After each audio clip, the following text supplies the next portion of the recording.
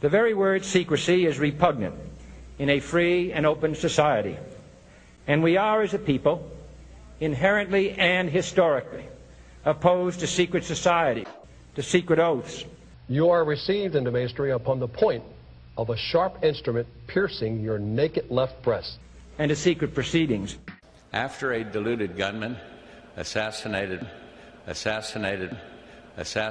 President Kennedy, our nation turned to Gerald Ford and a select handful of others before the intervention of the tragedy at Dallas. To make sense of that madness. Before the intervention of the tragedy at Dallas. And the conspiracy theorists can say what they will. For we are opposed around the world by a monolithic and ruthless conspiracy. You both were members of Skull and Bones, a secret society at Yale. What does that tell us? Not much, because it's a secret.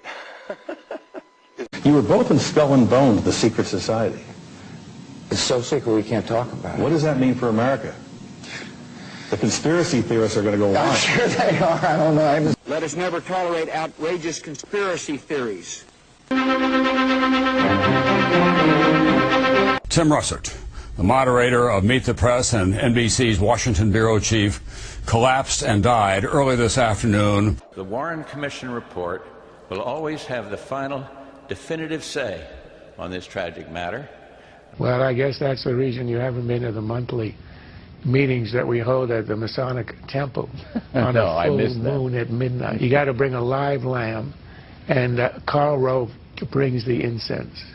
So until you, I'm sure you'd enjoy it, the chanting, and also the Pledge of Allegiance. They also have on their calendar, the Shriners' calendar, the Order of Quetzalcoatl, which is pretty interesting because Quetzalcoatl is the stone serpent which Our Lady of Guadalupe came in Mexico to crush, and she converted 8 million to the Catholic faith by means of those apparitions.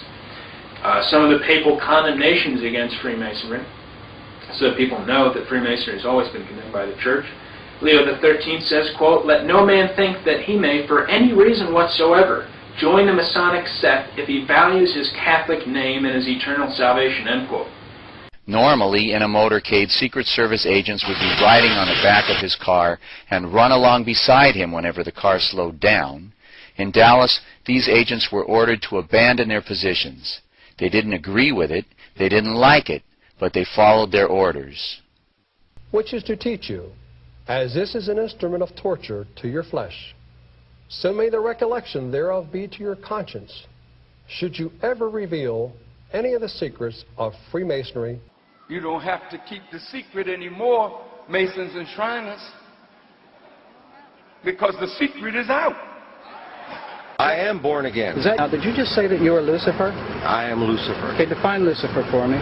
Pure, virtuous, wholesome, innocent individual that's out to help people. Lucifer is? Yeah. Say that again. Lucifer is a pure, holy... Virtuous. Virtuous. Now, is he the Lucifer that God created? That's the same one. Oh, man, this is great. I'm going to put this on the internet. Oh, Amen. God bless you, Amen. brother. Because that's exactly what the Shriners and Masons teach, is that Lucifer is light.